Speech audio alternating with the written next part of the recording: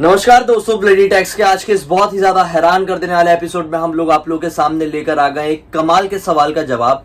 एक ऐसा सवाल जो अक्सर लोगों के दिमाग में उठता है और उसका जवाब कोई नहीं दे पाता है। उसी सवाल का जवाब हम लोग इस वीडियो में आज आप लोगों को देने वाले हैं। अगर ये सवाल आप लोगों के दिमाग में कभी उठा भी नहीं होगा ना, तो आज जरूर उठ जाएगा। और सवाल कुछ ऐसा है कि क्या भगवान, ईश्वर, गॉड क्या छोटी मोटी गलतियों को, छोटे मोटे पाप को माफ कर देते हैं? दरअसल दोस्तों, आज के टाइम में ऐसा हो गया है कि पाप और गलतियां किसे मानने लगे हैं लोग? मर्डर, चोरी, डकैती, किडनैपिंग, ये सब चीजों को लोग पाप मानते हैं। और बाकी जो जिंदगी में लोग छोटी मोटी चीजें कर रहे हैं, जो आए दिन हर एक इंसान कर रहा है, मैं अपने आप को संत नहीं बोल रहा हूँ, मैं अपने आप को वो नहीं बोल रहा हूँ, हर एक इंसान कर रहा है, इसे लोग इग्नोर कर देते हैं। क्या कि यार ये छोटी सी गलती है, चलती है, कलयुग है और ईश्वर तो माफ कर ही देगा। तो आज की कहानी से हम लोग ये समझने की कोशिश करेंगे क्या सचमुच में भगवान ने बोला है कि मैं तुमको माफ कर दूंगा, या फिर हमारे हर एक कर्म का लेखा जोखा कहीं ना कहीं पर हो रहा है। तो शुरुआत करते हैं इस कहानी से दोस्तों। और ये कहानी आज से कईयों हजारों साल पहले की, जब एक मगध नाम का राज्य हमारे भारत में हुआ करता था। मगध नाम के राज्य में एक राजा था जो बहुत ही दयालु था। दयालु होने के साथ साथ वो बहुत ही बड़ा दानवीर था।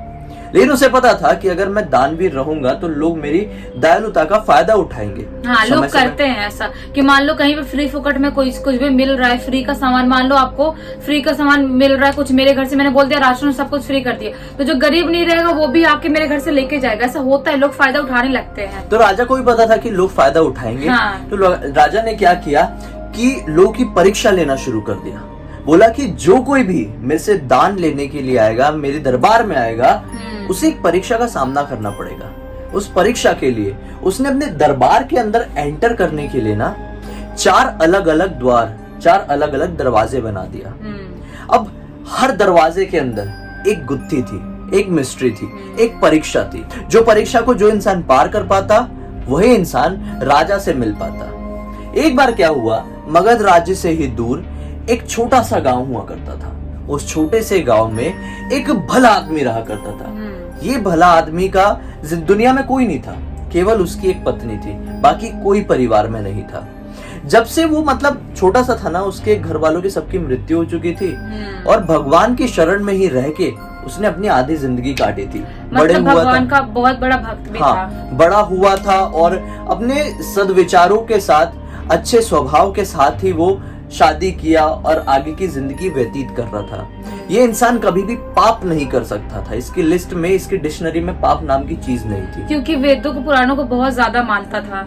अब शुरू से ये चलता आ रहा है भाई कि जहाँ पर पाप नहीं होता और जहाँ पर छल कपट नहीं होता, वो लोगों की परीक्षा तो भगवान जरूर लेते हैं। तो भगवान ने भी इसी प्रकार से इसकी परीक्षा ली और एक दिन इसका ऐसा दिन आ गया कि इसे घर पर 2 वक्त के खाना खाने को भी पैसे नहीं बचे। इसके पास केवल एक ही आने बचे।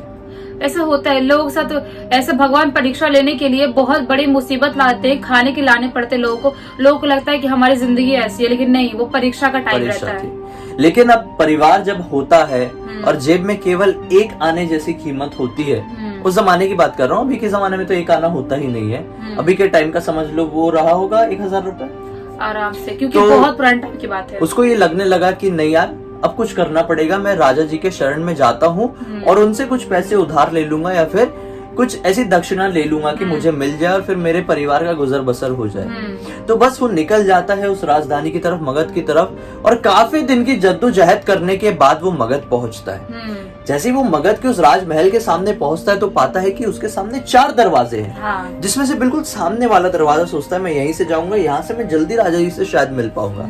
वो जैसे उस दरवाजे के अंदर एंटर करता है तो क्या पाता है कि उस दरवाजे के अंदर एक स्त्री है जो कि उसको रिझाने की कोशिश करने लगी है। वो बोलता है ये तुम क्या कर रही हो, हटो हटो, मुझे छोड़ो। तो स्त्री कहती है कि देखो, अगर तुम मुझसे ठीक से बात करोगे, जो मैं चाहती हूँ वो करोगे, तो मैं तुम्हें अंदर जाने का मौका दे दूंगी। तो ये आदमी कहता है कि नहीं नहीं नहीं, मैं सद्विचारों वाला, अच्छे स्वभाव वाला इंसान हूँ, मैं सिर्फ वेदों के ऊपर विश्वास करता हूँ और ये पाप है, मैं ये सब नहीं कर सकता, इस तरह की चीजें मुझसे नहीं होगी, माफ कीजिए। और उसे कुछ गलत बोला, मतलब दुर्व्यवहार ऐसा करके बोला और उस दरवाजे से निकल गया। वो टेंशन में आ गया कि अब क्या करूंगा। अंदर से वो स्त्री ने आवाज ला के बताई कि देखो यहाँ से जाना है तो जो मैं चाहती हूँ तो करना ही होगा, वरना तुम दूसरे वाले दरवाजे पे जाके कोशिश कर सकते हो। उसने सोचा कि चलो अच्छा है, इस स्त्री से, इस बुरे स्वभाव वाली स्त्री से तो पीछा छूटा, मैं दूसरे दरवाजे से जाता हूँ। अब दूसरे दरवाजे को जैसे ही उसने ओपन किया तो क्या पाया कि उस दरवाजे के अंदर जितने भी लोग बैठे हुए, कुछ लोग बैठे हुए हैं, वो लोग ना दारू पी रहे हैं, शराब पी रहे हैं और मस्त मजे में है, मस्ती में, मतलब एंजॉय कर रहे हैं, एंजॉय कर रहे हैं एकदम, मतलब नशे में, सब फुल नशे में। अब वो जैसे ही जाने लगता है वैसे ही वहां पे एक आदमी उसे रोकता है, बोलता है रुक जाओ, अगर तुमको अकेले जाना है तो भाई ऐसा क्लियर है कि तुमको हमारे साथ नशे करने होंगे, शराब पीनी होगी, तब हम तुमको अंदर जाने देंगे, वरना तुम्हारे जैसे लोग यहाँ से तो जा नहीं सकते। अगर नशा करोगे तो जाओगे। हाँ, अगर तुमको जानना ही है भाई तो दूसरे रास्ते से ट्राई कर लो, दूसरे दरवाजे से, मतलब जो हमारे बाजू वाला तीसरा दरवाजा है, वरना हम तुमको यहाँ से तो जाने देंगे। वो टेंशन में आ गया, बोला अरे रे, स्त्री एक जगह शराब, तो मतलब ये तो नरक है, मैं यहाँ से तो जा ही नहीं सकता। वो भागते हुए वहां से आया, अब तीसरे दरवाजे में एंटर करता है। तीसरे दरवाजे को जैसे ही खोलता है तो क्या पाता है कि अंदर एक द्वारपाल खड़ा हुआ है और बोला कि ये जो द्वार है वो यहाँ के सबसे बड़े द्वारपाल का दरवाजा है, और इसके अंदर से तुमको महल के अंदर जाना है ना, तो इसके लिए तुम्हें बहुत बड़ी बड़ी परीक्षा देनी पड़ेगी, बहुत बड़ी बड़ी कठिनाइयों का सामना करना पड़ेगा, और साथ ही साथ जो बाकी के 3 दरवाजे हैं उनकी वो सारी शर्तें निभानी पड़ेगी, तभी इस दरवाजे से अंदर जा पाओगे। अब ये सोचता है कि नहीं नहीं नहीं, एक तो बड़ी बड़ी परीक्षा भी दूं, पाप भी करूं और फिर उसके बाद अंदर जाऊं, माफ करना मैं नहीं जा सकता। ऊपर से राजा जी ने ज्यादा कुछ नहीं दिया तो फिर क्या करूंगा। हाँ। फिर उसने सोचा चौथा और आखिरी उम्मीद। वो चौथे दरवाजे में जैसे एंटर करता है तो क्या पाता है कि अंदर तो चल रहा है जुआ, पत्ते खेल रहे हैं, तरह के जुए, पता नहीं पत्ते होते थे कि नहीं वहाँ पे, लेकिन जुआ खेल रहे हैं। वो टाइम में जुआ करते 64 होते थे शायद, जो महाभारत में होते हैं 64 जैसे महाभारत में वो कर रहे थे 64 बोलते, 64 जो भी बोलते हैं, तो वो वहाँ पे जुआ खेल रहे थे। उसने बोला ये भी साला, तो वहां पे जो लोग बैठे हुए थे ना, उन लोगों ने बोले कि देखो अंदर जाना है तो हमारे साथ जुआ खेलना होगा, जुआ जीतोगे तो अंदर जाने मिलेगा, नहीं तो नहीं। उसने सोचा कि ऐसे तो गड़बड़ हो गई, मेरे को जाने नहीं देंगे, मैं क्या करूंगा। बाहर आके बैठ गया, मन बहुत ही उदास। घर में पत्नी की शक्ल याद आने लगी, बचपन याद आने लगा कि कैसे कैसे अपनी जिंदगी काटा, किस उम्मीद के साथ यहाँ पे आया था, वो उम्मीद पे पानी फिर गया। फिर खड़े होता है और सोचता है कि एक काम करता हूँ, ऐसे तो और जिंदगी बीतेगी नहीं, एक छोटा सा पाप कर देता हूँ, क्या हो जाएगा, ईश्वर तो माफ कर ही देंगे। और मैं तो देखो ऐसे काम को तो करते रहता हूँ, कोई बुराई करता है, कोई पाप करता है तो मैं हवन पूजन करवा देता हूँ, मैं उन लोगों के पाप नष्ट करवा देता हूँ, कटवा देता हूँ, तो मैं खुद के पाप तो कटवा ही दूंगा ना। हाँ, मैं खुद भी पूजा कुछ ऐसी विधि करके, कुछ ऐसा तरीका करके। तो उसने सोचा इन सब पापों में सबसे छोटा पाप कौन सा है? जुआ खेलना। जुआ खेलना। तो वो क्या किया, दरवाजा खोला और अंदर जुआ खेलने के लिए चले गया। उसके पास एक आना था ना, वो एक आने से उसने जुए खेलना शुरू किया, और खेलते खेलते वो 2 आना जीता, 3 आना जीता, 4 आना जीता, 4 आना जीत चुका, और फिर वो खेलते खेलते 1 रुपए से भी ज्यादा जीत चुका था। और वो जमाने में 1 रुपए मतलब आप जानते हो, आप इमेजिन नहीं कर सकते। वो पागल हो गया देख के, बोला 1 रुपए आ गए। अब बोला मुझे किसी चीज की जरूरत नहीं है, मैं निकलता हूँ अपने घर, कोई जरूरत नहीं राजा जी के सामने हाथ फैलाने की। अब रात हो चुकी थी, वो घर के लिए निकला तो पाया कि यार अंधेरा बहुत हो गया और भूख बहुत लग रही है। सारी जगहें, दुकानें जो थी वो बंद हो चुकी थी। उसने बोला क्या करूं, भूख तो इतनी ज्यादा है कि चक्कर खा के गिर जाऊंगा। खाने का एक ही साधन है, वो तीसरे नंबर का दरवाजा, जहाँ पे नॉनवेज खा रहे थे, जहाँ पे शराब पी रहे थे लोग।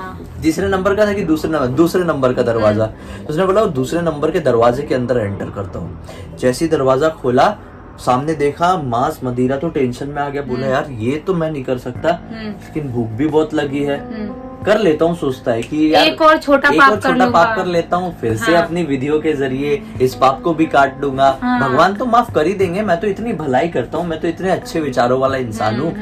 बैठता है और मांस खाना शुरू कर देता है। आसपास के लोग बोलते हैं अरे मांस खा रहा है तो शराब नहीं पिएगा, एक बार पी तभी अच्छे से डाइजेस्ट होगा। तो सोचता है अच्छी बात है यार, सब लोग एकदम मस्त मौला दिख रहे हैं। उठाता है और मदिरा भी पी लेता है। अब जैसे ही मदिरा पीता है मांस खा लेता है, एकदम सेट हो उसकी लाइफ। तो लाइफ सेट हाँ? हो गई। अब क्या होता है कि सोचता है कि यार अब लाइफ के इतने मजे ले ही लिए हैं, हाँ। तो एक काम करते हैं, वो स्त्री से भी मिल लेते हैं पहले दरवाजे के अंदर। हाँ चलते हैं, अभी ठुकरा के आए ले मिल के आते हैं अभी। दरवाजा खोलता है हाँ। पहले वाला और उस स्त्री से भी मिलता है। अब जो स्त्री चाहती थी वो ये महाशय उस काम में लग जाते हैं। और वो स्त्री क्या करती है, जितना भी धन ये कमाया हुआ था, मतलब 1 रुपए का, उस समय 1 रुपए का सिक्का तो नहीं था, बहुत सारे धन के फॉर्म में, मुद्राओं के फॉर्म में मिलके 1 रुपए होता था, तो पूरी मुद्राएं उससे ले लेती है और अपने पास रख लेती है। और जब सुबह होती है तो ये तो कंगाल हो चुका था, इसके पूरे 1 रुपए इसने अपने उसमें कर ली थी, अंडर में कर ली थी।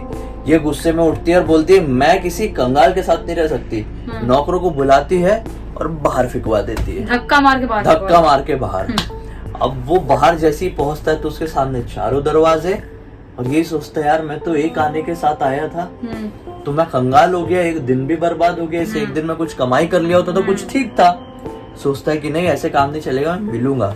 अब वो जैसे ही अंदर जाता है, फिर से पहले नंबर के तो स्त्री तो बात ही नहीं करती, फिर दूसरे नंबर में जाता है तो समझ में आता है कि यहाँ के नियम बदल गए, तुम फॉलो करो ना करो, अब तो तभी जा पाओगे जब राजा जी की इच्छा होगी।